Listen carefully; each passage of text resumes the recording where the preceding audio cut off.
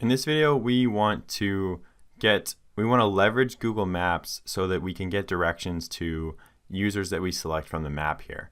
So I'll do an example. Suppose I want to find the directions to this user. I can get the different trips, but if I now want to get actual directions for this, I want to be able to click on the trip marker, click yes on Open Google Maps, and then have Google Maps open. North on Scott Street toward Haverman Road. And you can hear Google Maps giving me instructions on how to get there. So that's what we're going to be doing in this video. Online. You are on the best route. You should reach your destination by 9:19 a.m. There we go. I'm en route. So I'm going to close this and we will get started.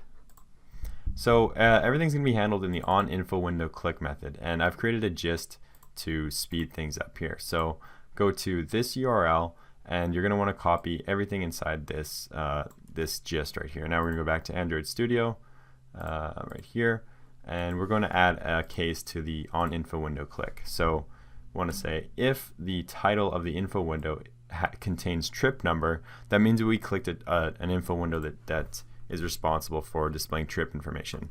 So I'm just importing all the libraries. Otherwise, we want to do what we were doing before. So I'm just writing an else.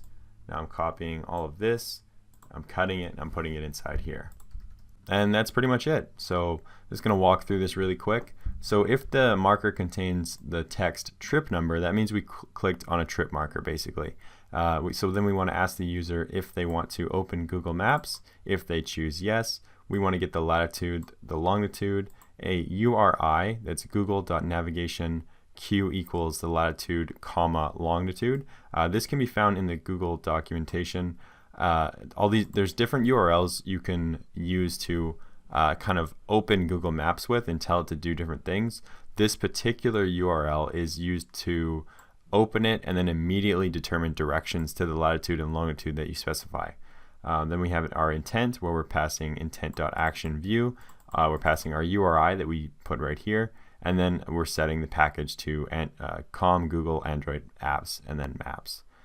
So if this is an activity, then we can actually start activity. So one question you probably have is, where did I get this URI? So I'll look in the documentation right now and see if I can find where it's at. So this is the spot in the documentation where you can find information on intents. So maps, documentation, URLs, Android-intents. And if you scroll down here, it'll give you all kinds of different examples on how to open Google Maps using different URLs. So you can see this one uses a street view, and it tells you the format you need to pass the URL. So you have CBLL, then the latitude and the longitude.